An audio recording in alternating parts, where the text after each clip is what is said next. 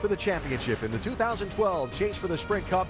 We begin with opening practice for the NASCAR Sprint Cup Series from the Richmond International Raceway, live from Virginia's capital city. Drivers getting buckled into their cars, getting ready to head out onto this 3/4 mile short track for the very first time. And the big picture where the standings are concerned are this. The top 9 in points are locked into the Chase for the Sprint Cup. 10th place Tony Stewart is guaranteed at least a wild card. How the others fare behind him for those final 2 spots in large measure will be determined by how Stewart runs on Saturday night. Casey Kane, Kyle Busch, Jeff Gordon could get into the top 10 on points. They could be left out of the championship. For Carl Edwards on down through Joey Logano, the night's all about one thing. All of the scenarios that involve them begin with winning. Everything after that will fall into line depending on how the overall race unfolds.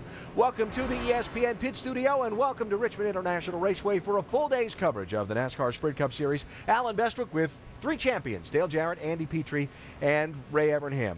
Let's talk about the pressure on these drivers that are on the bubble. What's this day and this weekend going to be like for these guys? Well, and you said these drivers are accustomed to pressure each and every week, every time that they perform. It's about pressure. But this weekend is a little bit different. Up until this weekend, they've always been able to say, well, we can get it done next week. There is no next week. Yes, sure, we'll have 10 more races after this, but you may not be a part of the chase and a part of winning the championship, and that's what they all set out to do in February. Yeah, one of the biggest pressures is making sure you got something that's going to be fast to work with this weekend. You want to try to make sure that your car is as fast as it can be, and you might have some things that you've been thinking about trying on the short track.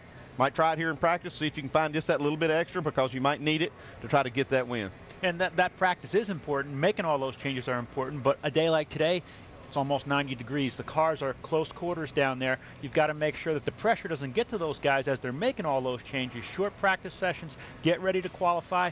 Make a mistake here, cost you practice time, could cost you a shot at the win tomorrow. Let's talk psychology for just a minute for all these drivers and teams. They're going to head out onto the racetrack here in a minute. How important to have that car feel good and put up a good number on the board early in this practice? Now, I think putting up a good number early is real important from that point of view, Alan. But you know, if I'm Dave Rogers and Kyle Busch, I want to put up the fastest lap I can right away. Yeah. And that because they've owned this track. They want everybody to know that you're going to come through us if you're going to get to this championship, because this is our track. I want to put up a big number on that board just so it kind of makes a statement.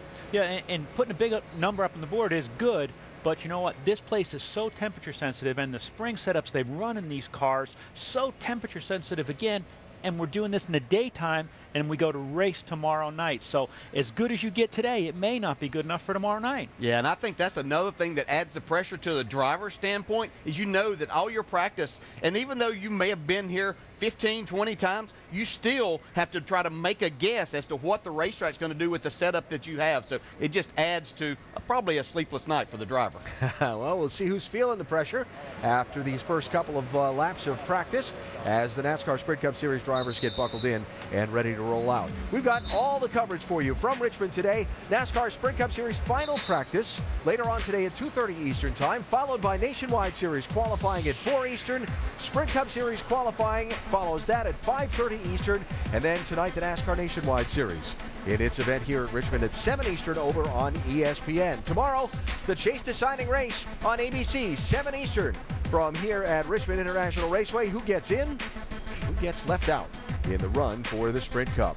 All throughout our coverage today and tomorrow, you can follow us on Twitter and be part of the conversation at NASCAR ESPN. The hashtag is Pit Studio, and we look forward to interacting with you. We look forward to seeing who puts that fast lap up when we come back.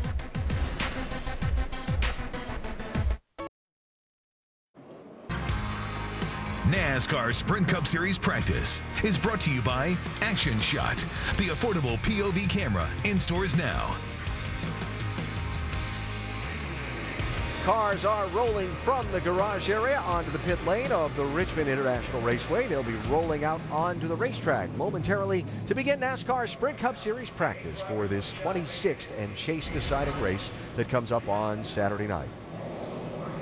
Before they hit the racetrack, let's check in with Dave Burns down in the garage. David? Alan, as if in response to the many, many scenarios that still remain to set the final field for this year's chase, the Richmond garage area is simply split.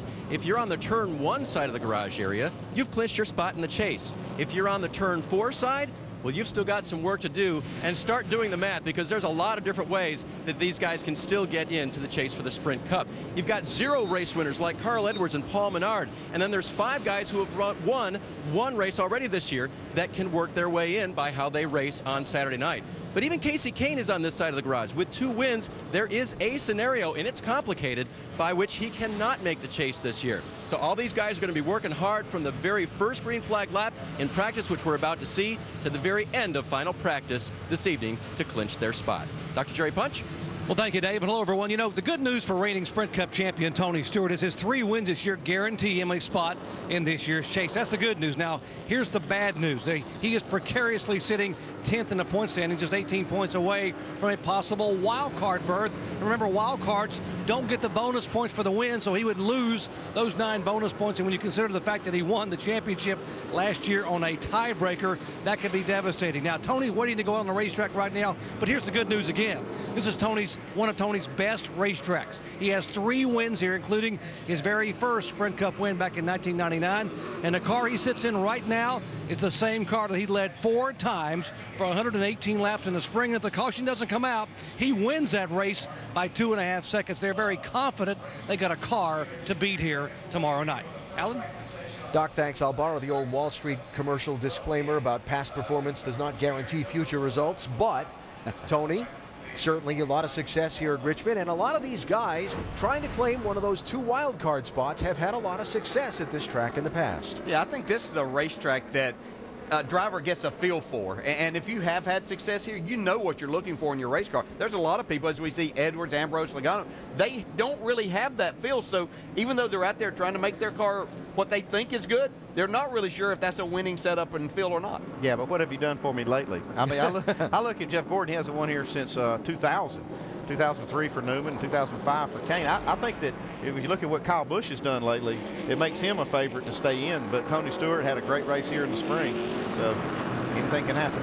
Now, let's talk about what we're about to see here as the cars begin to roll onto the racetrack. Because of temperature, track conditions, and when qualifying is today, a lot of these early runs are going to be quick 2-lap bursts in qualifying trim. Yeah, they're going to go out and try and put a good number up on the board. And most of the guys that I talked to said they want to get a qualifying run in first run, then they'll put the car in race trim. They'll run part of the second practice in race trim, and then do a second qualifying run, more so for the driver and the car. This one's to put a number up to get on that board. Greg Biffle, a little wrestle there up off the corner in that car. Now, we talked about everybody being out here on qualifying trim, except perhaps that car, Doc. Exactly. Of all the guys I talked to, AB, Tony Stewart is the only car that went out in race trim setup. And I asked Steve Atkins, I said, why? Why would you do that when everyone wants to go out and put a number up? He said, Tony is a creature of habit. Tony loves to get on the racetrack right away in race trim. He wants to see the balance of the car, so we're going to go out and run about 10 laps in race trim. Yeah, guys will blow by us like Biffle's about to do right there. He said, but we're in race trim. Said once we get 10 laps in, then we'll come in and lock it down for qualifying, and Tony can go out and see what he's got. But he's just a creature of habit, and that's what we'll do. There's a couple of ways to look at that. I kind of like the idea of going out there and getting a few laps, run 6, 8, 10 laps. It really tells you where your car is. I mean, if you've got a few little issues, run a couple laps, sometimes it won't expose itself. So that part I like. The other part I don't like is that the best the track is going to be is right now. If they want to set up a good time to get a good qualifying spot in the order, in the lineup, I think it's probably a mistake. But this is the way they like to do it. The other thing, Andy, they're limited on sets of tires for practice, and basically they've got 5 sets. They'll keep 1 set for qualifying, so they'll use, that could affect his race runs if he uses a set of tires. Right now, everybody else is doing 2 laps, so they've got 1 qualifying run, and it may limit him to only 1 qualifying run, where some of the other guys are going to do 2. Yeah, and you were talking about that qualifying order will be set, and it does make a big difference from starting at 5:30 till that qualifying session takes a little over an hour as to what can happen when you get down to those last literally 10, 15 spots, and the track's cooling off somewhat. So could be a big change for him, and you're kind of taking a chance not getting yourself up there to where you can get a later effort. Talking about psychology, we saw Kyle Busch head in after his little 3-lap burst in qualifying trim. Here's Jeff Gordon out in the 24. See what kind of an initial number he can post. He's run 1 full lap so far. This is the second. And, you know, as Andy said, hadn't won here since 2000, and that's right about the time that they were switching the tires and the cars. And you know, when I talk to Jeff, he just doesn't like some of the tires that we've run on with a hard right side casing, if you will. Doesn't let him feel the car the way he wants to. It's Jeff Gordon heading back into the garage, and with Kyle Busch is there after his first run, Dave. Alan, only 10th quick among those who went out, and as he rolled in, he radioed to the crew, something is really messed up. So they're going to look all over the car. Didn't catch which end of the car or what area, but Kyle wasn't happy with something in the way his car felt. All right, so there we go with maybe that psychology part of beginning the weekend. Yeah, that's not the way you want to start it out, having an issue right off the bat. But the good thing is Kyle Busch really knows his race car, and he's not going to spend a lot of time out there when he knows there's something wrong and get in here and find it. He's not too shabby here, huh? Yeah, look at that. What do you think? 4 of the last 7. Oddly enough, all of them in the race that's run in the spring, April or May. It's not like he forgets how to get around here. I mean, Yeah. he still does okay in the fall, but the wins have come here. I think that just speaks to his talent, and he just really has a great feel for this racetrack and what it takes and what he's looking for in his race car also. And man, you get a guy like that says something's wrong with the car, but not exactly sure what it is. No, you got to work real quick because he knows. I mean, you don't dispute that. You don't say, well, maybe you're feeling something a little goofy. There's something wrong with that car if Kyle Busch says it is. Joey Logano, Joe Gibbs Racing 20 car. Of course, some headlines this week revolving around both that 20 car and around its current driver. Matt Kenseth, finally officially named to drive that car next season for Home Depot and Dollar General. And Joey Logano concurrently named to drive the Penske 22 for Shell Pennzoil in 2013. Yeah, it's just going to be weird seeing Matt Kenseth somewhere other than Roush next year. Yeah, and Matt talked about that. He said, it's all he's ever known his entire NASCAR Sprint Cup career, but yet he just felt like circumstances, timing, whatever, if he didn't try this now, when was he going to try it? Yeah, and as a driver, opportunities come along, and I always viewed them as, these opportunities wouldn't be put in front of me if it wasn't something there that I wanted to take a look at and present itself. And you kind of weigh all the facts, and Matt Kenseth is going to be a really good fit over at Joe Gibbs Racing. It's all about the win Saturday night for Ryan Newman after 2 devastating weeks at Bristol and Atlanta where they were swept up in crashes. They went from racing the guys with 1 win on points to possibly get that second wild card to now their only hope is to get that second win. Yeah, and Ryan Newman is one of those guys that has won here, and a guy like that can make a difference in the outcome of the championship if he gets in. Not only he's going to knock out, but Ryan Newman has run well enough at the rest of the races or the rest of the tracks on the schedule to be able to make a difference to outpoint some of those championship contenders. Confirming yesterday that Newman will be back in this car in the 2013 season on a contract extension, and confirming what we were talking about a second ago with the last couple of weeks being difficult. How about last Sunday night in Atlanta for Ryan? Wrong place, wrong time. Sometimes you find yourself there, unfortunately. A lot of points lost in that wreck.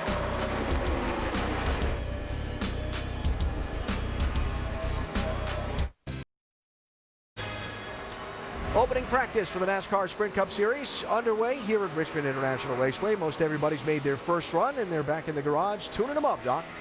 Absolutely pretty hectic down here right now, Alan. Most of these teams are switching over. It's about an 8 to 12 minute time interval switching over from qualifying trim to race trim. Dale Earnhardt Jr. out of his car, walking around the front there of the 88 car. 17, Matt Kenseth opting to sit in his car. To the left of Jr. is a 16 car of Greg Biffle. They're going now in race trim. The only car that hasn't made a switch at all is Tony Stewart. He began in race trim and said after 3 or 4 laps, hey guys, the car simply will not turn in the corner. I don't feel the right rear tire.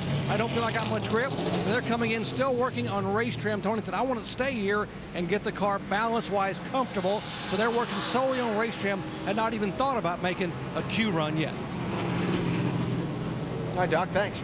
Yeah, he's 43rd out of 44 cars that have been on the track so far. So if they don't pick it up in this session, they'll go out pretty early in qualifying. Here's your championship leader in the NASCAR Sprint Cup Series, Greg Biffle. Saw him in his first couple lap burst in qualifying trim, sliding her sideways around there. Yeah, you're going to do that, especially off of turn 2. We'll see it a lot. as these drivers. It flattens out so quickly over there, and it's just, it kind of narrows up and flattens out, and it's a handful as a driver with the speed you carry off of. Well, everybody asked, hey, what are you going to be working on? They said rear drive off. Used to be, you know, everybody be loose getting in, turn the middle. Everybody said rear drive off this time. I mean, getting in that corner really does have a lot to do with getting off, but these cars make so much horsepower now. I think that is the reason they just can't hook them up off the corner, isn't it? I think you're exactly right. They just, I mean, now that we've got up to 900 horsepower, it's just incredible. The challenge it is, and you can see Biffle has a challenge right there in trying to get these cars hooked up off the corner, especially on these short tracks where they have the lower gear and turn a lot of RPM. And this particular track has gotten worn quite a bit. I mean, kind of similar to Atlanta last week. This track hasn't been paved in a while. So you add that's actually losing grip to the power that they've made, and it's really hard to hook them up. And the fact that these drivers like to put that pedal down pretty quick, don't they, Andy? Oh yeah, they want you to make that thing, make it stick. I can't get wide open.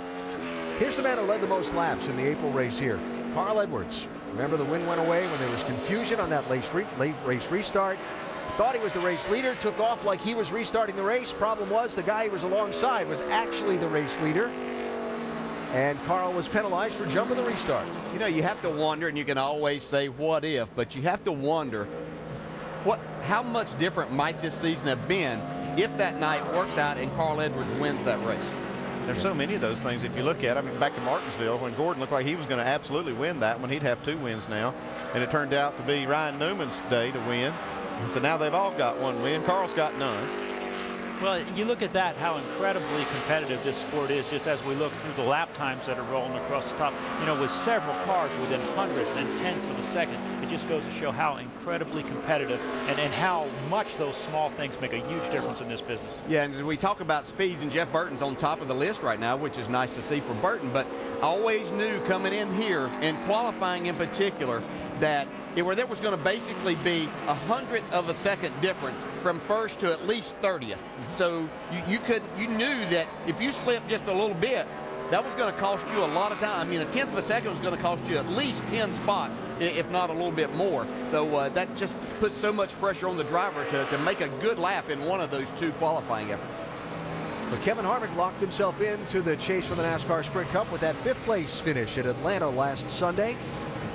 Winless so far this season. Kevin's last victory, this race 1 year ago, when he had to work hard with some late race strategy and some late race restart racing. Pit crew got him the lead off pit road on the final set of stops, and he was able to get away from both Jeff Gordon and Carl Edwards on a final restart in a 12-lap burst of racing to score the win. Harvick could use another victory, get a little momentum for the chase for the NASCAR Sprint Cup. Maybe it'll come Saturday night.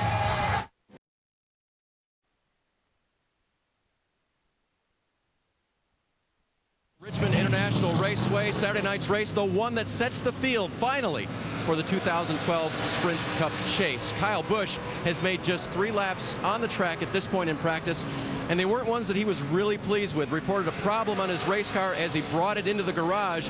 His crew has been all over this thing, mainly focusing, it appears, underneath the car. Perhaps something was bottoming out or something else that Kyle didn't like the feel of, but right now they've kind of put it back together again and are getting ready to send him back out. I'll take it upstairs to you guys. Andy, what kind of a thing when they're looking at the truck arm on the right-hand side there as it runs toward the front of the car and reattaches itself to the frame there? Well, that's one of the places that NASCAR has actually made a rule change this week in limiting these teams as far as the bushings that they run at that forward mounting point of the trailing arms. I'm not sure if that's what they're dealing with.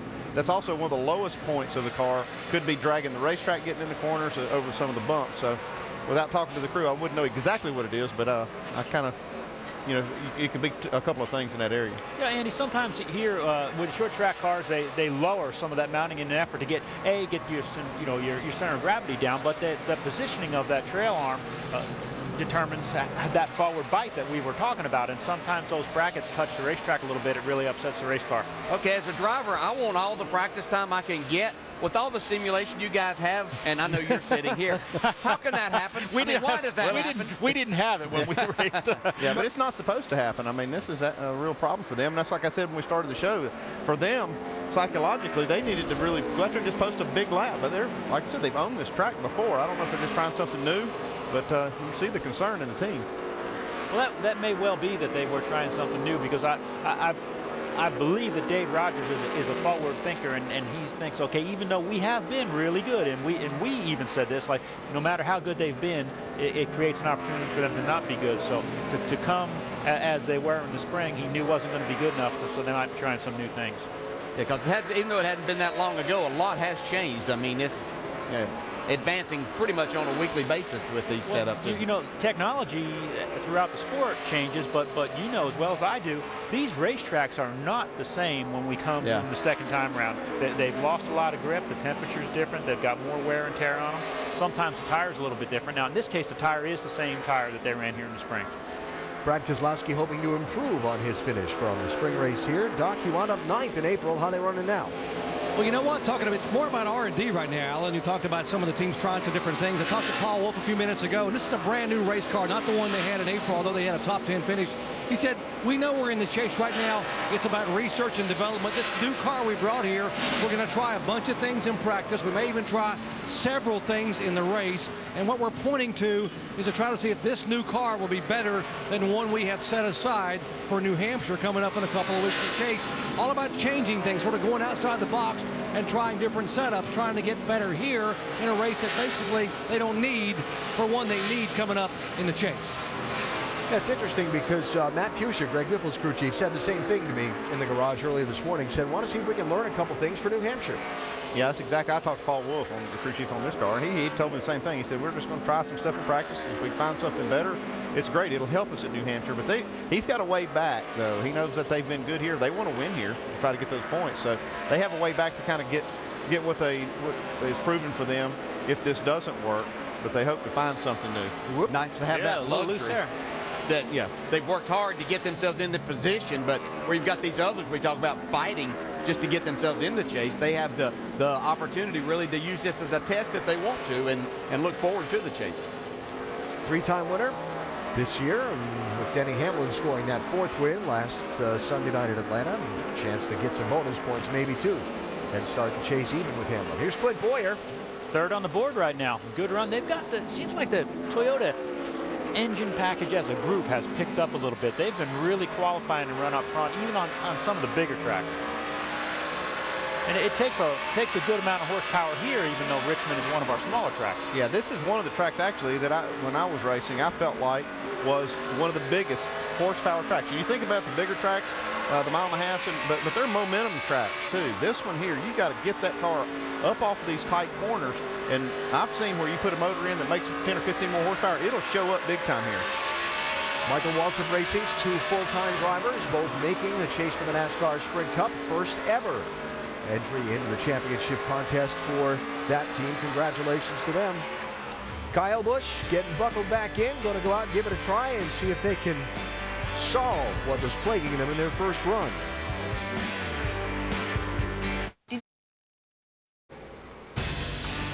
Primetime college football continues tomorrow on ESPN and ESPN2. At 7 on ESPN, the Washington Huskies head into Death Valley to take on number 3 LSU and their massive and talented defensive line. And at 7:45, 2 of the top signal callers in the SEC East, number 7 Georgia's Aaron Murray and Mizzou's James Franklin square off in an SEC showdown on ESPN2. Washington LSU at 7 on ESPN, Georgia Mizzou at 7:45 on ESPN2 tomorrow.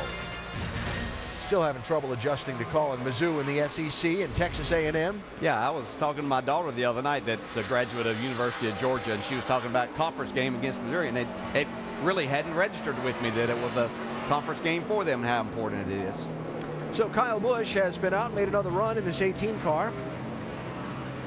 Didn't really pick up any speed, Alan, but it's hard to tell. You know, once you get some laps on those tires, you just don't really know exactly how much the drive off has changed. They might have fixed, if they had a mechanical issue, might have fixed it, but didn't pick up any speed. They hang the scrambled radio on the outside of the car that you're not allowed to have in the car, so Kyle and crew chief Dave Rogers can talk without anybody else listening in. They're allowed to do that for practice, but you can't do that during the race. Well, that's not fair. How are we supposed to know what they're doing? Oh, we have our best people on it.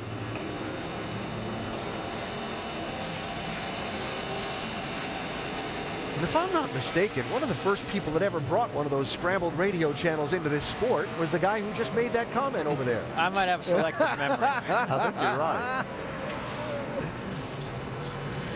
What's going on with Jeff Gordon, Dave? His crew is scrambling all over this race car, Alan, moving weight around, replacing this, that, and the other thing, because they moved on to a race trim type setup after Jeff made these comments. Good job, 66 and 64. Tapped right there. I think that's as good as it's going to get right here. That's good enough for now. We'll be all right there. Like many of the other competitors, those first couple of mock qualifying runs, now the switch over to race trim for the majority of what is needed here today. But those first runs are important. It sets the stage for qualifying later today. Yeah, and they moved up into the top 10 right there with that last run. And that's hard to do, that second run, to pick up that speed like Ray was saying a while ago. So they did a good job there. And now you see them starting to change things. And there is a lot to change. They're moving lead and they're changing probably some springs around as we watch Dale Jr. get on there. But one of the things that we'll come back to after we watch Dale Jr. putting up, because he is second on the board right now, I wanted to get DJ's opinion on how much different the brake use is qualifying versus race trim, what an effect that has. Yeah, and I think it's difficult too as you go out there those first laps, and because in qualifying you get further down into the corner, you're on the brake hard, so you have to be careful in exactly what you're doing then as you go to these race runs, because this is a place we always hear the drivers talk about the brakes and getting a chatter as they get down into the corner because they have so much time to cool off, but you use them a lot getting down to the corner. And when you get on them harder, it slams so much weight on the nose of the car that's what forces them to move the weight around and change the packers and things that just, I've always struggled the difference between qualifying and brakes here getting ready. Would not be out of the question for Dale Jr. to win this race Saturday night, right? Wouldn't that change how you feel about him being a potential champion if he came out here and won this last race before the chase? It would change the way I think about it, but if you look at his average finish of 8 on short track, that's pretty good. I mean, that means that he's good enough here to win if you can put up that kind of average finish. Yeah, I've seen him have a lot of really good races here, so I think, when you talk about, who can be in the mix, he's certainly one of those on Saturday night. So Junior second on the board as far as fast laps are concerned at the moment. Way down the board in 41st where fast laps are concerned is Tony Stewart. And he moved up. He was lower than that. And the last 3 weeks for Tony Stewart have been a struggle, so them struggling here Saturday night won't send them off into the championship with momentum and on any kind of a roll, that's for sure. Not like it's going to matter. He didn't have any momentum last year coming into the chase. Now you have a point. Speaking of last 3 weeks, there was the engine problem at Michigan. And then lost in the results sheet at Bristol. He struggled in the early part of the race and so on, but he was racing for the lead with Matt Kenseth when they crashed. Yeah, Tony told me he made his car a lot better. He said, I still don't know if we were a winning car at that time. He said, but we were much better. Then they were just pretty well off last Sunday. Yeah, he was shocked at this. Yeah. Well, Tony Stewart thought that he had a race car from practice that was going to be extremely good Sunday night. One thing I saw right off the bat at Atlanta last week, his car would just take off for 2 laps, and then it was done. He couldn't go a lick after that. I don't think they ever made any headway with it. So Tony went from a position of being comfortably inside the top 10 on points to now where he is 10th and could end up in a wild card spot and lose the bonus points for those 3 wins this season in this chase, Doc. Yeah, he's been on a bit of a slide, hasn't he, the last 3 or 4 races, Alan? And that's what he's got right now, a bit of a slide on this race car. Tony said on the radio a moment ago, and he's waving to us now. He's in a great mood, by the way. He came up and thumped me on the back of the head when he got in the car. He said that the issue we're having right now is that we are on the splitter a little bit, and also we're very, very tight. We got a really big-time push right in the middle of the corner. The car will not roll the corner. He turns the wheel. He just slides up across the racetrack. They've made one adjustment. They're going to go back, make another adjustment, and try to get that push in the middle of the corner away. Now, a car that's also been very good here over the years, 3-time Richmond winner Denny Hamlin, who has led the most laps in 4 of the last 9 races. This is a brand new car for Denny and the team.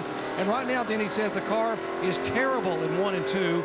It is really good in 3 and 4. But the big issue he's got, and you guys talked about a moment ago, he said, I've got a ton of brake shake. When I jump on the brakes, I get so much vibration and shake in the car, it upsets everything. So, guys, crew chiefs, what do you do? Well, sometimes that'll take care of itself a little bit if you can ever get the temperatures up on the brakes. But it's hard to do, like Ray said, in this mode when you're just running a few laps to get that even temperature build up. Well, you know, when you get on those things hard, sometimes it'll transfer some pad material onto the rotor, and that'll make it vibrate. Or, Andy, when they come in, you know, we used to actually put the fans blowing in at the brake ducts because the pads sitting right on the rotor will actually expand the rotor and make the thing get out around. Yeah, and one thing with Denny having this problem, Denny's not one of those drivers that uses a lot of brake. Denny's very good on these short tracks, and a lot of his success comes from staying off of that brake pedal, so he's apt to get a little bit more of that, and it's going to be harder to make that go away for him. Denny Hamlin, winner of this race 2 of the last 3 years, is our ESPN in-race reporter on Saturday night. You can send your question to ESPN.com, keyword in-race reporter, or tweet us at NASCAR ESPN. And of course, our telecast at ABC, 7 o'clock Eastern time on Saturday night. Maybe DJ will pick your question to use on the pace laps for Denny Hamlin, our in-race reporter. Hamlin looking to win a 3rd straight race, surviving the thunk on the right front early in the race in Bristol. Said that actually made it drive a little better. Give it a little right front camber, help it turn. And then last Sunday at the Atlanta Motor Speedway, late pit stop, his pit crew got him the lead in lane choice on the restart. He made the most of it, got away just enough where Jeff Gordon couldn't get him on that last lap. And Denny Hamlin looking for a 3rd straight win this weekend. At Richmond in this opening practice for the NASCAR Sprint Cup Series, Burton, now driving the Richard Childress Racing 31 car, has posted the fastest lap so far. And he's just gone back out onto the speedway for another run. There's some indications that Richard Childress Racing has picked it up, because last week Harvick ran really well. 31 also ran pretty decent last week too, and now at the top of the board at Richmond, looks like they've maybe found something. Yeah, I talked to Kevin Harvick a little while this morning, and he was very optimistic about how Richard Childress Racing is on the upswing now. They kind of had to protect things and get themselves in the chase, he said, but we finally found some speed in our race cars, and that's going to make a big difference here as we get to the end of this year. And you see all 3 RCR cars finishing in the top 12 at Atlanta, even in the last lap scramble that we saw with some pit strategy and so forth. And come here to Richmond, you got Burton atop the board, Harvick showing 5th in practice right now, and Paul Menard is in 20th, but only a couple of ticks of the stopwatch outside of the top 10. Yeah, look like it was 3 straight top 10s for Paul Menard. So yeah, I think Childress is definitely on the upswing.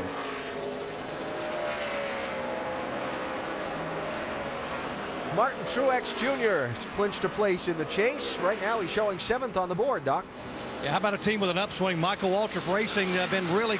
Hey, got to ask you about last week first, though. How much of a disappointment hangover did you have by the near miss of not winning at Atlanta? I was good Monday morning. Sunday night I was a little bit disappointed, but you know, looking back on it, it was a great weekend for our team, our whole NAPA team, and Michael Waltrip Racing.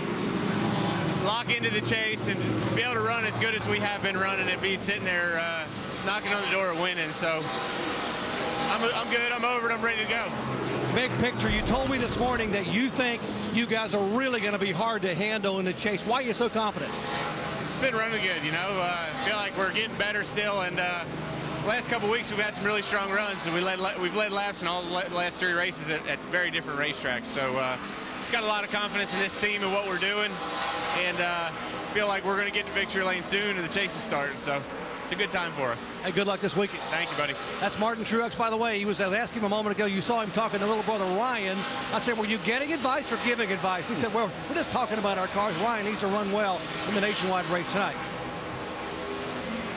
Doc, thanks. Truex 7th on the board at the moment at a place where he has struggled in recent times. So if they can have a good run Saturday night, that would make a little bit of a statement. Yeah, and Martin will be one of the first to tell you that Mark Martin has made a big difference over there within that organization, and especially to the drivers over there. Always available, whether Mark was running the race and there to be able to talk with and debrief with, or whenever he wasn't running, they could text Mark, pick up the phone, call him, and Mark would talk to them about what he thought they might could do or his experiences at those tracks.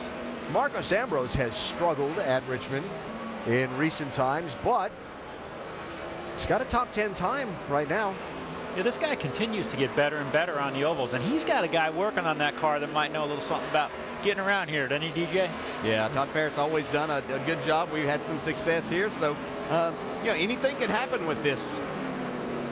They have run well. Atlanta wasn't all that great for them, but prior to that, a couple straight top 5s and 3 straight top 10s, and Ambrose looking to see if he can find a way to pull off, I'll call it the upset on Saturday night.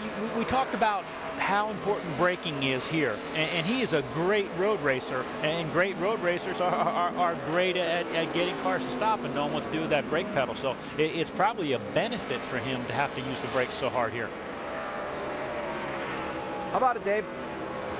Just spoke to driver and crew chief of the 9 car. Driver, quick, good, when I asked him how the mock qualifying runs were. And when I went to confirm that with Todd Parrott, I said, so was there anything he did not like about those mock qualifying runs? He said, no, he is pretty happy with it. So that in place, the crew went to work, changed it over to race trim, and now he's making laps. Dave making some pretty good laps. Talking Todd Parrott, won here twice as a crew chief for Dale Jarrett.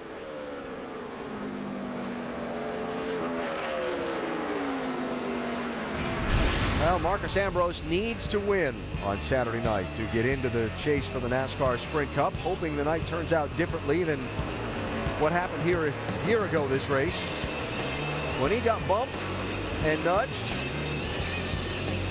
and then went about doing some bumping and nudging. And some more. Certainly part of what we can see Saturday night. The tempers, as this one gets down to the late laps, they have potential to get hot.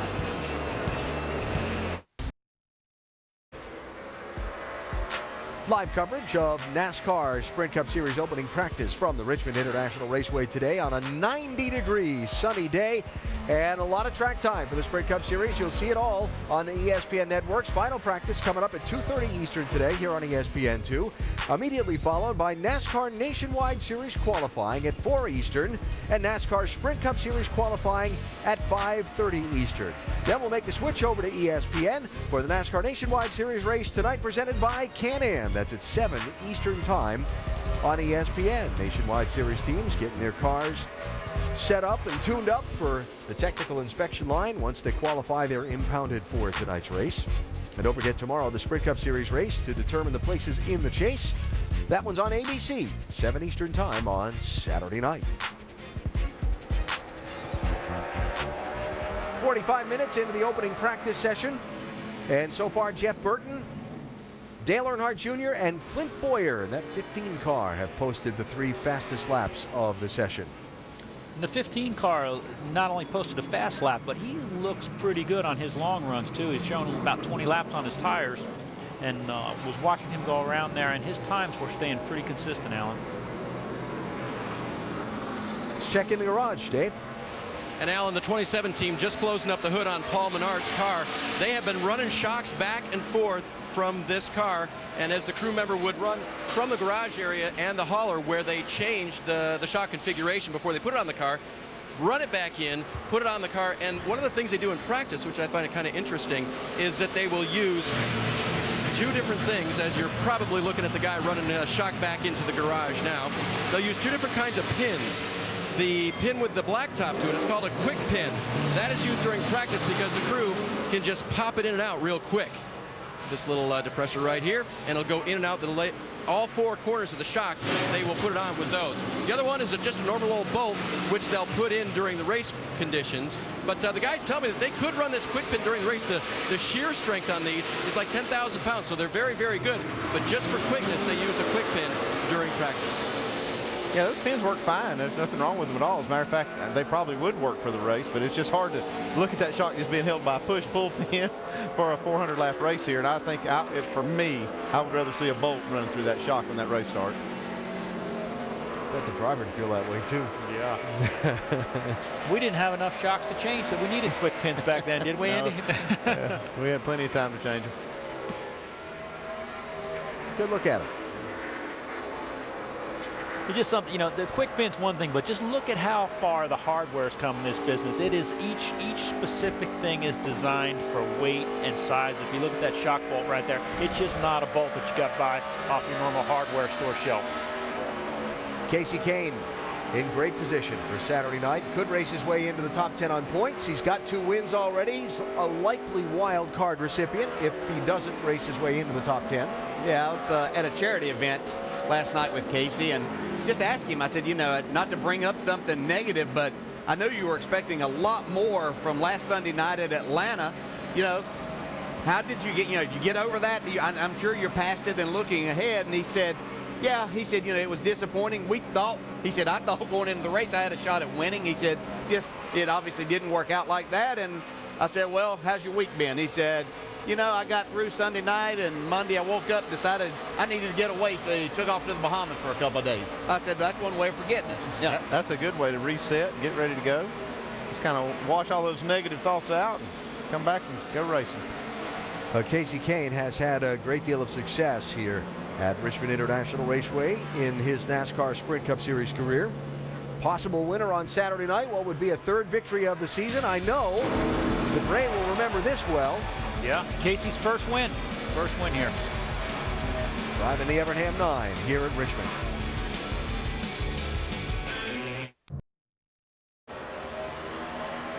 Opening practice for the NASCAR Sprint Cup Series at Richmond International Raceway, leading up to the race that will decide the final positions in the chase for the NASCAR Sprint Cup Saturday night, 7 Eastern on ABC. Matt Kenseth in the Roush Fenway 17. Out on the racetrack, clinched a place in the chase already. Tuesday, confirmed Joe Gibbs Racing is his destination for next year. It's easy to be a doubter as to whether Matt, in the lame duck status with this team, can win a championship over the following 10 weeks of racing. Your thoughts, can they? From the driver's standpoint, I've never understood why it really matters. Everybody signed up to work that year and make it all happen, but it just seems like that you can't. When you make that, it just doesn't work, and you feel as a driver that you're not getting that support behind you. Yeah, and I'm sure the crew, everybody, the crew chief, everybody believes in each other. They can go and win this thing. They think that, but there is something intangible about being in a lame duck situation like this that I think takes you completely out of a chance to win the championship, because it takes more than just what you see on paper and what you can do as far as your talents.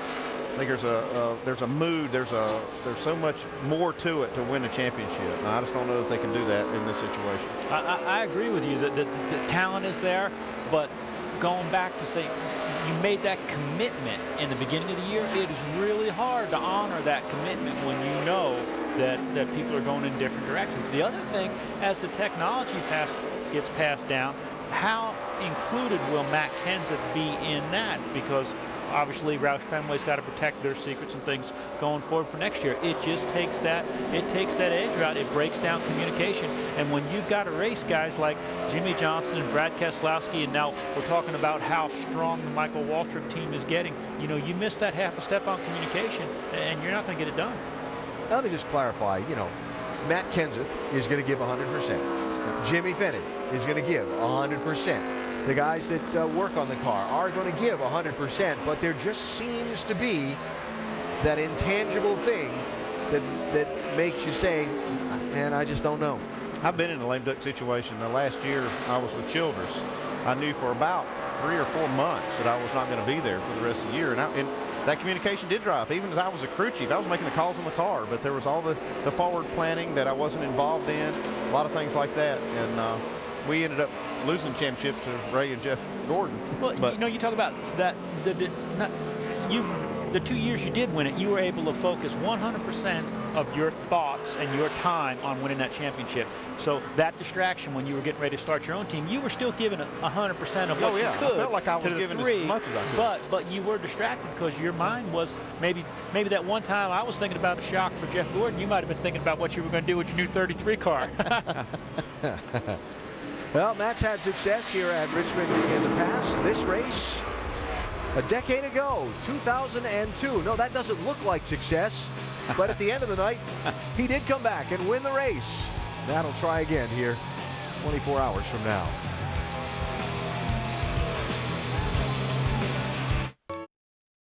Watching NASCAR Sprint Cup Series opening practice, Sam Hornish Jr. looking at some data, or maybe tweeting.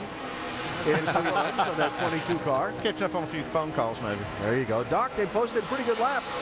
They really have, and in fact, they aren't even close to being where they want to be. I just talked to Todd Gordon a moment ago, who's standing in front of the car there looking at the clipboard and some of the notes, and Todd's saying that we're just really tight in the middle of the corner. We're working on trying to roll the corner and free them up a little bit. We got a lot of speed. We can't get out of the car yet, even though we feel pretty good right now. And I asked Todd, I said, how is Sam overall? How is Sam's mood? He said, you know, Sam and I had a long conversation a couple of days ago after the announcement about what would happen here with Joey Logano coming over. He said, let me just tell you one thing. Sam is a team player. He's a trooper. He understands that he came in here and did a great job for this team and our sponsors, and that has not been lost on Roger Penske and everybody else. That Sam's good right now. He said he understands the decision that was made. He's going to do the best he can here at Richmond and also in the nationwide car moving toward that championship. Let's check in with Dave Burns. And Doc, I'm around the 20 car right now with Joey Logano of the lame duck status with this team, trying to make his way into the chase with a victory on Saturday night. Just talked to crew chief Jason Ratcliffe. He used one word, but he lengthened it way out. Tight is what he said. They cannot get this car to turn in the corner as Joey would like. The last change they made, the good news is it didn't hurt it. Bad news is it didn't help it. So they're going to change the front anti-sway bar, among other things, this run, and see if they can get Joey's Home Depot number 20 to turn, because it's tight. All right. Well, Joey's looking at all the data and the numbers there. They put all kind of information on those little displays they hand to drivers now. Yeah, I used to have a tire sheet I looked at. So. Yeah, a lot of teams have a way of tracking their speed over time. As the tires give up a little bit, you can put up a little graph. It's a real-time graph where they can keep up with how they're performing versus the competition. Martin Truex Jr. back out on track.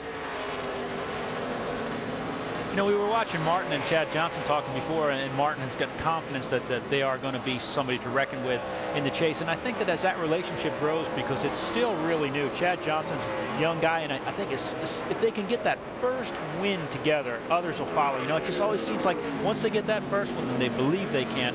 You know, they've missed a couple opportunities to win this year, and I think that's hurt them a little bit. But hearing Martin say, look, we're good, we're going to be strong, and they get that first win, I think they could be a force to be reckoned with. Yeah, and I think one thing that gives them a lot of hope is it seems like maybe some of their strongest performances have come on mile-and-a-half tracks, and with 5 mile-and-a-half tracks in the chase, they certainly have to be looking forward to that they can get that first win and maybe even the second one in those 10 races. I think in Dover. Yeah. I think in Martin. Strong, New Hampshire. And he certainly, I mean, in Talladega, he always finds himself up in there. He does a good job there, so anything can happen at that place. So you have to understand that, you know, this isn't just optimism coming out of left field. They really do have the potential to be a player in the chase. And remember, he almost won the Kansas race back in April, and 5 of the 10 tracks in the chase are mile-and-a-half layouts where this team has been very strong so far this season. Speaking of very strong, earlier today, NASCAR Nationwide Series practice was held, and the 60 car ended up atop the board. Now, that's not all that unusual, but new driver in the 60 car for this race, that is Travis Pastrana's autograph over the door of that car, and he set fast lap in practice. Qualifying coming up in a little while. Then tonight, NASCAR Countdown and the NASCAR Nationwide Series race. Coverage presented by Can-Am. 7 Eastern over on ESPN2. It'll be fascinating to see how Travis fares in that Roush Fenway Ford Mustang.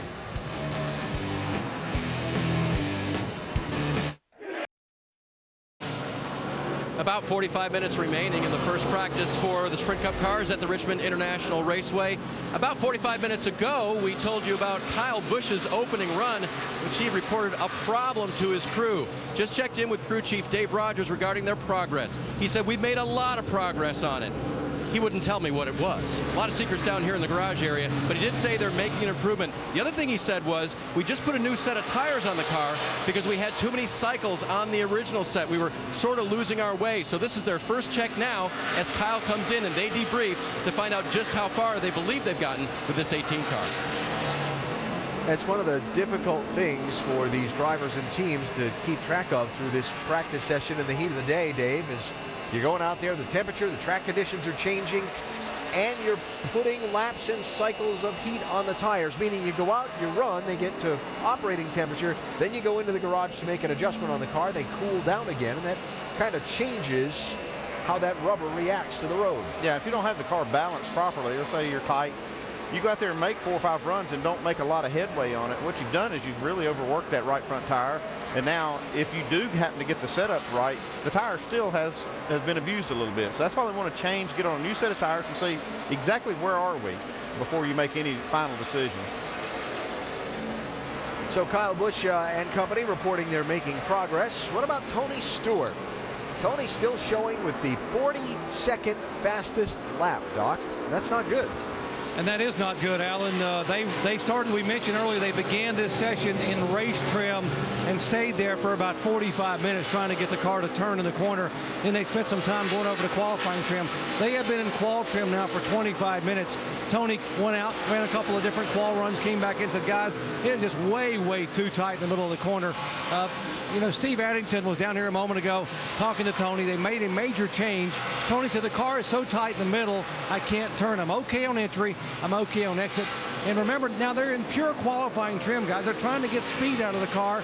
And just now, I just checked the track temperature. It's 122.5 degrees. So it's getting hotter. They're out here on the edge trying to get the car to turn. That's quite a task. That's one reason I kind of question this strategy of going out in race trim right off the bat when the track was probably at its coolest and best to make a fast lap, and now they're trying to go switch over to qualifying trim in a situation where the track's just not ready to run a fast lap. Yeah, and you might wonder if he's needing to get laps while he's sitting there. He's waiting for a hole. He's waiting for his spotter, Bob Jeffries, to get him in a position where he can go out and make these. As you see now, he's going to have an opening and be able to get 2 clean laps there. But I agree with you, Andy. In them trying to go out and run a fast lap right now, I think if you get anywhere near the 22-second bracket, then you've probably put up a pretty good lap right now. But if he gets only to 22 flat, that's still only going to be about 33rd or 34th quickest. That's still going to send you out awfully early in that qualifying session. And as you talked about before, sometimes there's only 3 to 4 total tenths separating a field of 43 cars, and we know from past experience here that if you have to go out early, it can easily knock 2/10 of a second, or I'm sorry, add 2/10 of a second to your lap time. We got it all figured out in here, don't we? Oh, yeah. It's easy in here. As long as they keep showing that stuff from 1998, we're all right. Were we running 4-wheel drive cars then? Because they looked off behind the front. They did. And Stewart's first lap there was about 22.5 seconds, so he's still not where he wants to be. And you've got to wonder how many sets of tires he's used up now, because as we said, he'll have 4. He's got to save. They started with 5 sets. He's got to save one of those sets for qualifying. So how many has he used up practicing? Second lap, 22.69 for Tony Stewart. So work to be done. Yeah, you see here's Kurt Busch and James Finch's car. Kind of wonder where Kurt's going to wind up next year. We're hearing a lot of silly season. Things are falling into place. I haven't heard his name mentioned lately. In a game of musical chairs, the number of chairs still spinning around is just about done.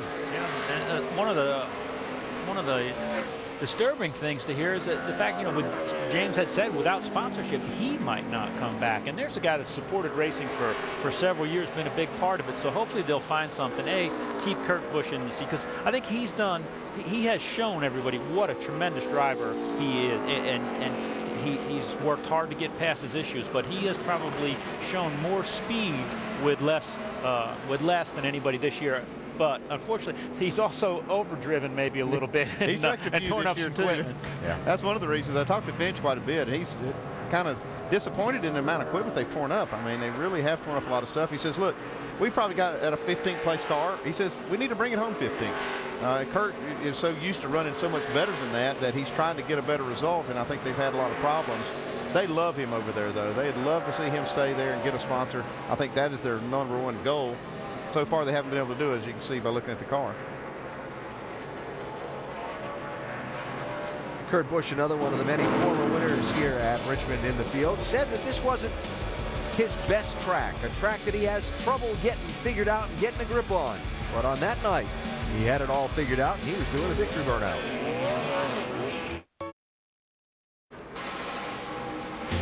Well, you can rig the power tool gadgets up, or you can do it the old-fashioned way, with a little elbow grease. Yeah. Got to keep up with those rounds, though. Got to keep count. Don't talk to him while he's doing this. Hard work going on a hot day in Virginia's capital city as the NASCAR Sprint Cup Series teams run the first of their 2 practice sessions today. They'll have qualifying later tonight, and then that's it. They'll line them up for tomorrow's 400 lapper here at Richmond International Radio. Jeff Burton has posted the fastest lap so far, and they continue to work on this 31 car. I thought that helped it turn.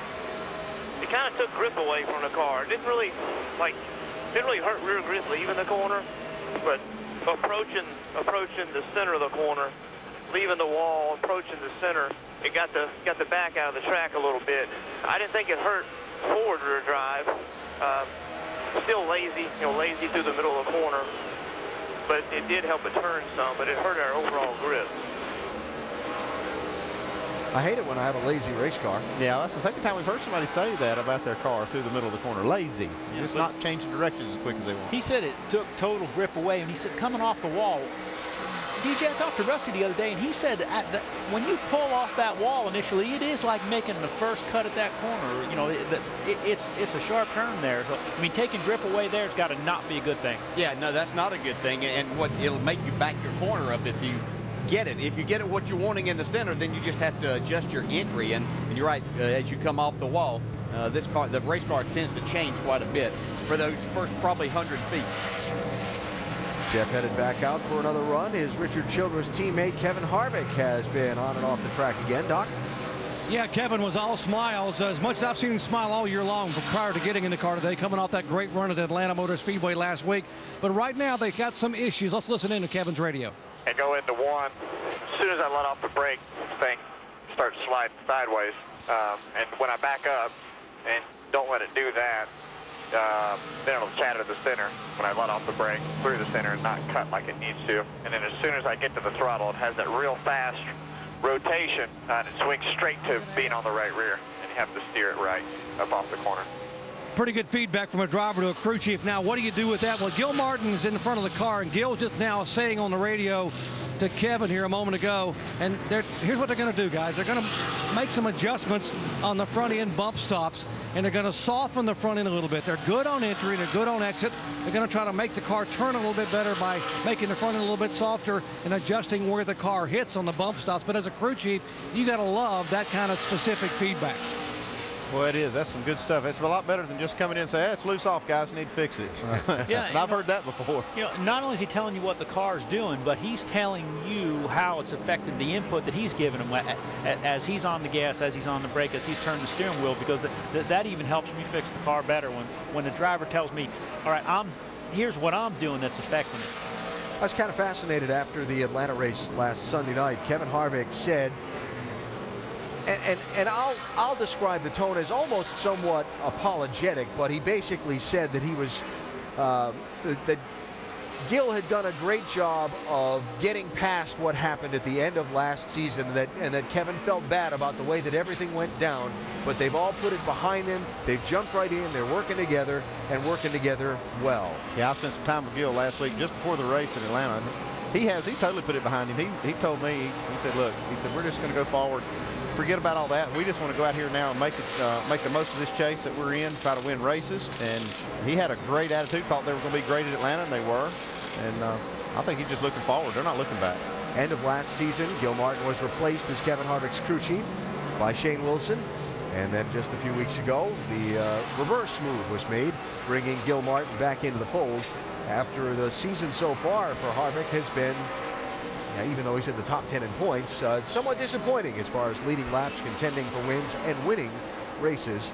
Harvick hoping to bid for a championship, led the most laps last Sunday night in Atlanta.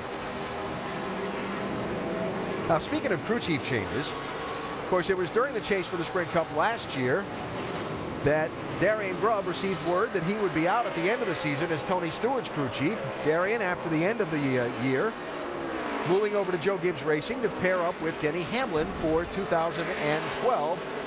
They've won more races than anyone else and getting set to make another 10-race run at what would be, for the crew chief, back-to-back championships. Denny Hamlin loves the situation he's in right now. Said great communication, likes what they're doing with the race cars. And, the very worst he's going to be after tomorrow night is tied for the lead. and could possibly have a 6-point lead if he does what we know he's very capable of doing here, and that's winning. I'll tell you what, I would not bet against this team in the chase. I think they're going to have, obviously got the most momentum right now, and I think they're really poised for a good run at it. And we've seen that play out last year. That momentum up at the 11 cars gaining seems a lot like what the 14 did, at this time last year, because they were okay all year, but right about chase time it really picked up, and they picked up that momentum. So, whatever Darian's got in that little book there, if he leaves it laying down, maybe one of our pit reporters can have a peek in it. Yeah, and you think about the chase, it should, and I know we've talked, and Jimmy Johnson's won all of these championships and all of these races, and how well the tracks fit him. But you think about the tracks and bringing Darian Grubb over, who seems to really know something about the mile-and-a-half racetrack that's making Denny Hamlin an even better driver there. And then you throw in Martinsville and New Hampshire, which are basically short tracks that Denny Hamlin excels at as a driver. You give him that. Man, I mean, you think he's got to be unstoppable this coming up in these 10 races. Or he has that possibility. But that's why we race. That's why we run them, yeah. Well, Denny Hamlin, remember the old saying, you got to lose one to win one. Lost the championship a couple of years ago under somewhat difficult circumstances, and now has a chance to try and win a title this year, and the possibility of being the top seed going into the chase for the NASCAR Sprint Cup. Darian Grubb, for him, win a championship, get displaced from your job. Well, what better way to make a statement than to win a championship with another team the very next season? A redemption for me probably is just going and winning more championships. That's my goal. Is I want to go out and whenever I do stop doing this, I want to stop on my own terms and win multiple championships and be contenders at least year to year, and know that we're succeeding doing what we're doing. Don't care what sport you're in, when you get traded from one baseball team to another, or one football team cuts you and you sign on with the next one, or you move from one race team to another, you always remember the place you were and just want to beat them, want to show them, hey, I was the guy. That's just a little bit more motivation to get it done. Quite a resume for Darian Grubb. Yeah, that 2006 Daytona 500 was with the 48 car. And last year's championship crew chief looking for another this season.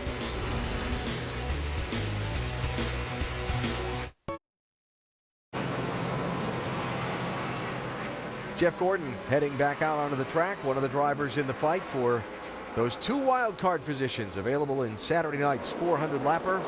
8 drivers mathematically available to grab just 2 places in the chase. And like we were talking about with Carl Edwards earlier, the what might have beens for Jeff Gordon's season this year and how things might have been different. Martinsville, where he led 2/3 of the race and got knocked around on a late restart, didn't get the win.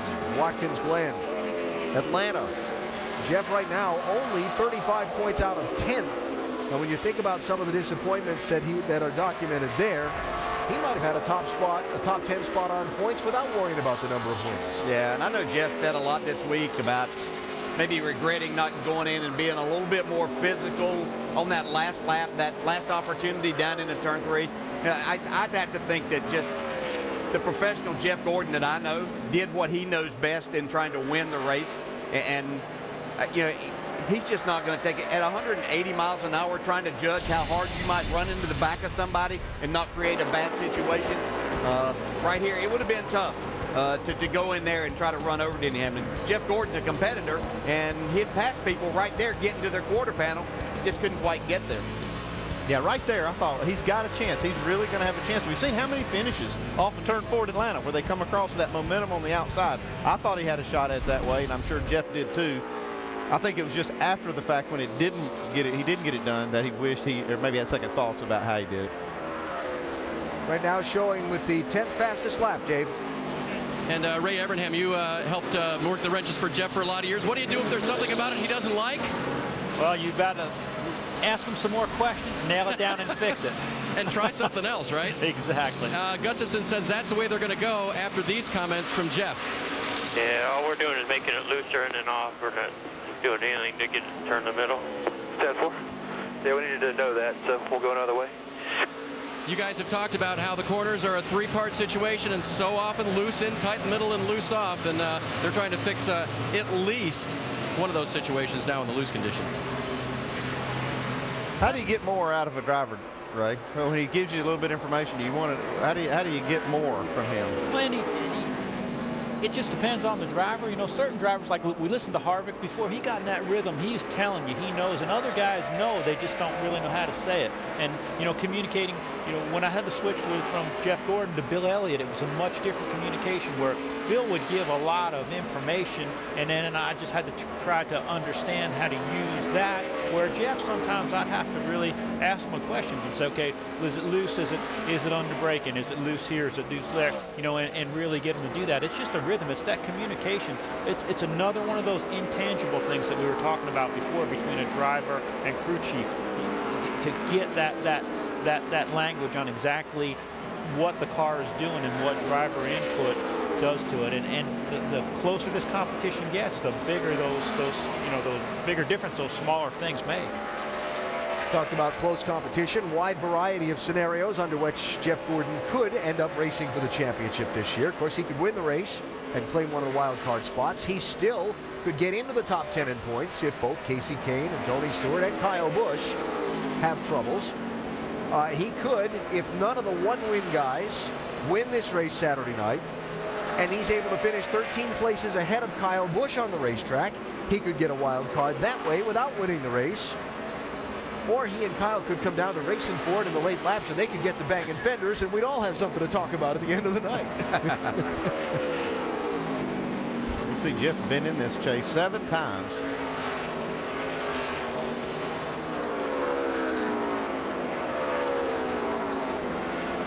Been tracking the Tony Stewart story throughout, I mean, literally for the first moments of practice, just about. This car has been on the right side of the scoreboard. As you look at it, the top 25 are on the left side of the scoreboard, and everybody else is on the right. And Doc, Tony is still well on the right side of that scoring monitor. Yes, he is, and they're not happy about it. It certainly isn't for lack of effort. He has come in. They've made now the 3rd change. They've only used 1 set of tires thus far in qualifying trim. They used 1 set in race trim to begin the session. And I got to ask you guys, they're looking at themselves out here talking among the crew. At this point in time, with the track temperature over 122 degrees, at what point do you stop maybe chasing the racetrack and chasing your tail and go with what you know? I mean, how much better can you get when the track is this hot in qualifying trim? That's probably what they're doing right now. I mean, they're probably just relying on what Tony's telling them about the car when they make the changes, and just going by that, because they're not going to pick up. You're not going to see them move up on the board with the track the way it is, like with the 10. But this team is just flat right now. I don't know what it is. They're just not really getting it done. I don't know what's going on over there, but they're just not really clicking right on all cylinders. As Ray said, they can do whatever they want right now, but as Ray said, there's at least 2 tenths from those first cars that will go out in the qualifying session at around 5:30 to 5:40, whenever that actually starts, versus what those last 15 cars will encounter. So they've added that. They made that choice early on, and they aren't going to change that right now. They're sitting here 42nd. They're not only on the right side, they're at the bottom of the right-hand side, and so they're just going to have to deal with what they've done, make the car as good as possible, and then know they've got 400 laps and a great race driver to get it done tomorrow night. Well, Tony says that Richmond is not one of his favorite racetracks. It is the favorite racetrack on the NASCAR Sprint Cup circuit for him. He says it's the perfect size for Sprint Cup race cars, and he's had some success here with which to have formed that opinion. He got his first ever Cup win, came here in 1999. He even won for you in a truck here, didn't he, Andy? Yeah, 2 times. We brought a truck up here twice with him and won both of them. Pretty incredible talent. I read that he's ran in 6 different types of race cars here, from truck to Cup to Nationwide, but he's also run 2 or 3 different types of open wheel cars and a late model. Won Denny Hamlin's late model race back here in April, didn't he? Sure did. Yeah. Someone to keep an eye on Saturday night. Clint Bowyer on the short tracks. And if you're new to NASCAR, anything that's less than a mile is considered a short track. On the short track so far this season, Bowyer's been one of the best. Terrific finishes in this 15 car, and would sure love to have a second win this season on which to launch himself off into a bid for the championship.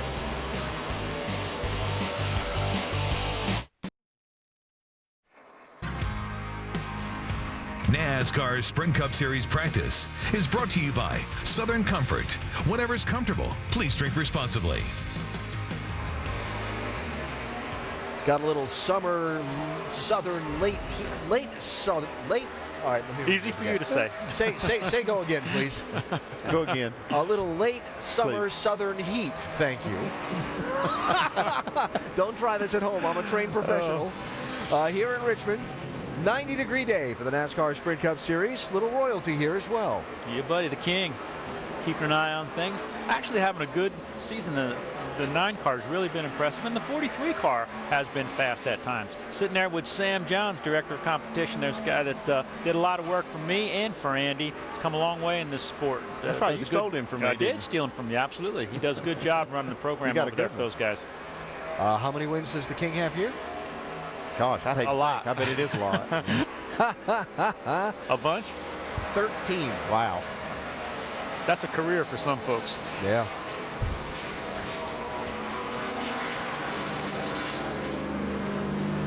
Teams continuing to throw what they can at these race cars to try and find that feel that a driver's looking for. And a lot of it's about interpretation for the driver as well, because they're practicing in the heat of the day. They're going to race after sundown on Saturday night. Track conditions will be different. It's really about a driver knowing what feel he needs today to give him the kind of race car he wants tomorrow night. Yeah, that's great, Alan. That's what I was talking about. Like Kyle Busch, he's on this track so much, and he knows what he needs in the car. So he knows what it needs to feel like right now for him to have a winning car tomorrow night. And I think that, and Denny Hamlin the same way. I think that's one of the key things of the guys that have done well lately here. What's Junior saying about the feel of this 88 car, Doc?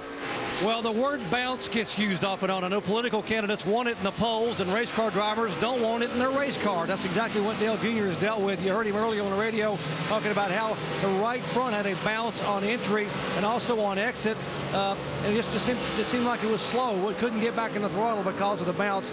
And what they have done now, Steve Letarte came in and said, you know what? It's so hot out there on the racetrack. We're going to go back to our tried and true setup. And they've gone back after trying 2 different things that didn't work, that the bounce was still there.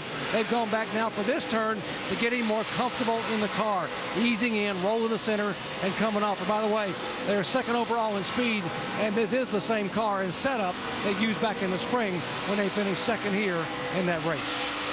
Yeah, look at those lap times. They look a lot better right now. I think they've got a pretty good baseline setup.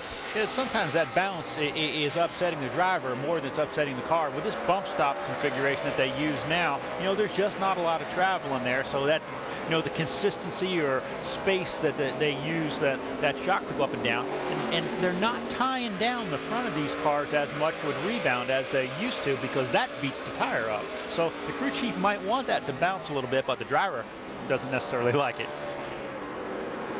Well, Mark Martin is out on track, and haven't really touched on Mark much in this practice, other than when we were talking about Michael Waltrip Racing and how much credit Mark gets for that team's success. But he's somebody to keep an eye on here in this race tomorrow night. Oh, absolutely.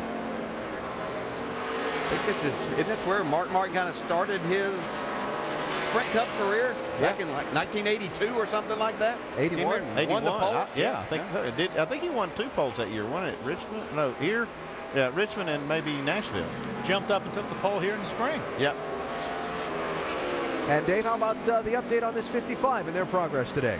Pretty good, according to crew chief Rodney Childers. I asked him about it 1 run ago, and he said, we've tried some things on our list, and one of them worked, so we're really happy about that. Another one they tried, Mark's comment was, well, it turns a little better in the center, but overall, I like the feel of the other way. So kind of a combination of things they've tried recently and things they started the day with. Remember, one of Mark's 40 career wins came right here, Richmond, back in 1990. He does know how to get around the short track, so I wouldn't count him out. Here's what kind of number that I really like, okay? We talk about 1981. Mark made his Cup debut here. 11 drivers entered in this race Saturday night, weren't even born yet. Yeah, what were you doing in 1981? I think I was in kindergarten. Excuse me? Oh, man. Andy we're all getting older, and Andy's getting younger. Remarkable, isn't it? His crew chief, though, Rodney Childers, was somebody that you brought along, Ray, as a crew chief. Again, another guy worked in my organization and actually was crew chief for Scott Riggs for a bit. But Rodney is a very good crew chief. He crew chiefed David Rudeman to a couple of wins, and they've been so close to winning with this 55 car. I mean, just an incident at Michigan really comes to mind. As fast as they were there, had a little issue. But yeah, Rodney is another guy that's come out of our stable for sure. You call that crash at Michigan a little issue? Yeah, well, I'll tell you, I didn't, Yeah, he was gone at Michigan, though. Man, that car was so fast. Yeah. And as we see, because of that crash, I know that we're going to see some more pit road changes upcoming that NASCAR is currently reviewing. Looking at every track and finding what they can do to make it better, make it a little safer for everybody involved. Haven't talked much Jimmy Johnson in this practice, but we're going to now, Doc. Yeah, much better than he's been, actually. Chad Knaus and the crew, they've tried some things as well. As you would expect, many teams now looking at different things here in this first practice session. Initially, Jimmy said we are loose on entry and just really tight over in the middle. So they came in and made some changes. And now Jimmy, just a moment ago on the radio, said, hey, guys, we're much better. We're much more consistent on entry, but really still tight in the middle on trying to get the car to roll. I guess that could be time of day, but they're certainly headed in the right direction. Yeah, you hear a lot of guys talk about loose entry, and you and I were kidding about it before. You work on that, it upsets you. That's what you work on a lot during the day, but it tends to go away at night, especially in the race when you're not running that thing down in the corner as hard. So you really got to be continuing to work on the center of the corner here and drive off, right? Yeah, I think that were the two things that I always had to work on. You talked about, and I think Alan a while ago, I'm not going to try to repeat what you were saying, but I think you were saying it was hot. But I had to have the car a little bit tight in the center of the corner. I didn't want it to where it didn't turn, but I had to have it tight there and get that drive off for it to be better at night. You think the track's going to tighten up, but actually you have to be careful in that respect because it doesn't. It grips better, which can in turn make your car loose if you're not careful. That's how it is in big-time auto racing. Do 1,000 things right, and the one time you mess it up. Jimmy Johnson secure in his bid for that championship number 6. Casey Kane trying to get into the chase again in that 5 car. And again, a 2-time winner this year. He's in pretty good shape as far as his championship bid is concerned, Dave. How about his race car today? Yeah, but not guaranteed, right? So they're working hard to make this car right. And just talked with Kenny Francis. I said, how close are you? Shrugged his shoulders and then offered a verbal, we're tight, we're loose, we're hitting the splitter, we're not hitting the splitter. I don't know. So right now, a little bit of a struggle for the 5. And remember, he can't have a horrible night here in Richmond tomorrow night if he's going to work his way into the chase. Inconsistency has been something that Casey has struggled with really throughout his career. Kenny has helped him a great deal. Now, this is actually Kenny probably has, or definitely has more wins here than Casey. Kenny was Jeremy Mayfield's crew chief when Jeremy came from 12th in points to make that show, and he also crew chief Casey to his first win. So Kenny's got a good handle on this place, but we worry about the consistency with Casey sometimes. That's one of the things I thought we'd see more. I thought we'd see a more consistent Casey Kane when he went to Hendrick, and it was actually the opposite. I mean, this first part of the season, he was really fast, but having a lot of problems crashing, just all kind of silly things. But then they finally settled down, won a couple of races. I tell you, I think there's some really bright days ahead for Casey, and I think he's going to be one of the championship contenders for the future. Another run for Tony Stewart. Tight in the center, really loose when you first get back in the gas. Doc, sounds like from that description, they've still got work to do. They do, but now they've gone completely back to race trim. And so Tony said, we got what we got in qualifying. And as Andy so aptly put it, maybe they should have missed an opportunity by going out early and trying to put a number up, which they didn't do. They went out in race trim, then went to qualifying when the track is over 120 degrees, did the best they could, and now they've gone back trying to get it dialed in for race trim. But I got to believe Tony, as good as he has been here, as Ray said, got his first win here in his career and has won here 3 times. They believe when it gets dark and cools off, and it's supposed to be 72 degrees here Saturday night as the cold front comes in, I got to believe these guys will be okay. Well, it's like we talked about to start with. You want to for your mindset for the weekend, you want to start it off by putting up a number on the board, and it really makes so much different. And it sure has the opposite effect. And when you're sitting at the bottom of that sheet all during practice, it can be demoralizing. Well, then, and also if you got to start at the rear of the field, I mean, regardless, this is a short track. Stuff happens here, you know, that could cause damage that could affect your night. Marcos Ambrose got a win to get in. It's that simple. Yeah, it used to be some opportunities for a really big gamble as far as some tire stuff and things like that, but this racetrack's worn so much, a lot of that's gone away for a crew chief to have too much of that in his toolbox here for tomorrow night. It would certainly be a lot bigger gamble now to try to do that than it would have been back when the track had some grip in it. Right now, if you take 2 tires, man, with more than just a few laps on the tires, it's not going to work. Well, 3 top 5 finishes in the last 4 races, but being 40 points behind Kyle Busch in the 1-win race means Marcos pretty much has to win here on Saturday night and get that second victory. What a thrilling victory it was, that fight between Ambrose in the 9 and Brad Keselowski in the 2 on that last lap at Watkins Glen. That's still fun to watch. I don't care how many times you see it. That was one of the best last laps I've ever seen. You think we ought to put a chicane here for a good finish Saturday night? There'll probably be a few chicanes, Bill. Just look like cars back there. Maybe spray a little oil. Please tell people right now you weren't serious. That's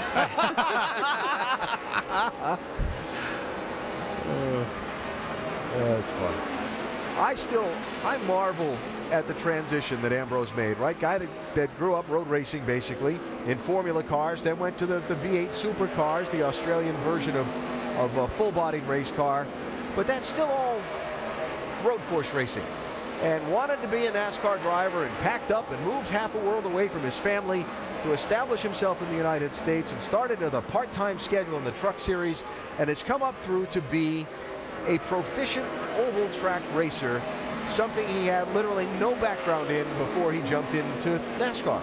Yeah, and we would be talking about just how good a race driver he is and how much progress he has made, because he's very consistently up front. The reason we say he's a road racer is because he's so good at it. I mean, you go and look at it, if you compare how good he is at road racing to other drivers, I mean, he's just so good. And I think that's why we compare him that way. He's still really good on the rest of them. If Ambrose is going to get in, one of those he'll have to displace from a shot at a wild card spot is Jeff Gordon, who again has a variety of different scenarios under which he could get in. Simplest one is just win. Of course, it's not that simple to just win at Richmond. Well, if you look at the numbers, though, he was 3rd at Bristol and 2nd at Atlanta. He's due for a win here. Yeah, he's coming. Getting right there, isn't he? Yeah. It's trending in the right direction. We'll call that the Al Davis plan that he's on. Just win, baby.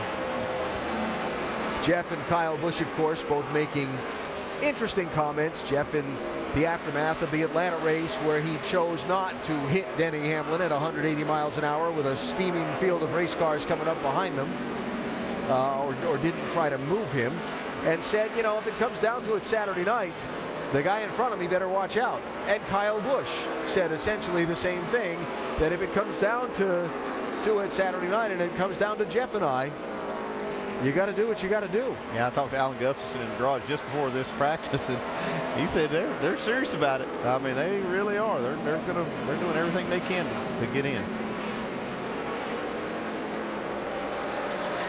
And I'll say again, we can only hope it comes down to that. Yeah, it would be great theater, that's for sure. Still fastest in this practice, Jeff Burton. Looks like he's going to get a tire temperature reading done by the Goodyear engineers out in the pit lane. And one of the other stories we've been following throughout the practice was Kyle Busch, who initially started out with some difficulties. Dave, how they doing? He did, Alan, and they got some of those difficulties rectified. The handle on the race car is not that bad, but there are some other issues that Kyle was complaining about most recently. Listen. I have a slight chatter in 1 and 2. I've had it most of the day. We haven't gotten it to go away. It's right side, both of them. So a lingering problem for Kyle here, but again, not as bad as when they started the day. Dave Rogers and the crew have worked hard on this 18, as has everybody down here, and right next to Jeff Gordon, who is one of the ones that he will have to race on Saturday night. Dr. Jerry Punch. And Dave, when we began the session, we talked about how precarious Tony Stewart was. Yeah, he's in the chase, folks. He's got his 3 wins, but he needs to stay in the top 10 in points to get the bonus points for those wins. And right now, that means he has to have a good race tomorrow night. And this first session, with any indication, they could be a little bit in trouble. They are 42nd on the board. Now, this is the final run. They're going to go out and run here in the final 90 seconds of practice. They have not found speed in race trim. They had not found speed in qualifying trim. The car very tight in the middle of the corner. Same car they ran so well with in the spring. Right now, not getting it done. And a little bit of concern here in the 14 camp. Guys? All right, Doc. Well, they've got more time to work on it. Not necessarily in this practice session, but in the remaining practice session on the day. A little 30-minute break for these NASCAR Sprint Cup teams coming up while we show you the 2012 chase for the NASCAR Sprint Cup preview. Then it's back here live for Sprint Cup Series final practice, 2:30 Eastern, right into Nationwide Series qualifying at 4 Eastern, right into NASCAR Sprint Cup Series time trials at 5:30 Eastern. Then we hop over from ESPN2 to ESPN for the NASCAR Nationwide Series race presented by Can-Am at 7 Eastern time. And don't forget the culmination of the weekend, the Sprint Cup Series race, the chase deciding event, is over on ABC Saturday night, starting the NASCAR countdown at 7 Eastern time. Who gets in and who gets out? So based on what we've seen in practice so far, we said you wanted to come off the truck, you wanted to make a strong statement, you wanted to get a good feel for your car in the heat of the day to be able to predict what it was going to be at night. Anybody accomplish that? Oh, I'm sure there's some drivers that are happy, but I think we've heard more complaining about their cars, and it's just going to be a huge guess. You crew chiefs got to go to work. Yeah, I'm watching Kyle Busch. I don't think they're as happy as they want to be right now, and I think of all the bubble guys, maybe Jeff Gordon might be the one that's the happiest. Yeah, and I think that he's probably the guy that Kyle Busch is looking at, that he is unhappy because he's figuring if Jeff Gordon is good, I have got to be good, and he is the guy that Kyle Busch is racing this week. And don't you love that the way it works in the NASCAR Sprint Cup Series, those two cars are side by side in the garage, lined up there according to point standings coming into the weekend, and they have to watch each other go at it, work on their cars all day long. So a half an hour for these teams to huddle, debrief, decide what they want to do for that next practice session, maybe for some teams to completely regroup and see if they can find the speed they've been lacking in this first session. Tony Stewart being the principal illustration of that. But they'll be back on track at 2:30 Eastern time, and we'll be here with them as well. This has been a presentation of ESPN, the worldwide leader in sports.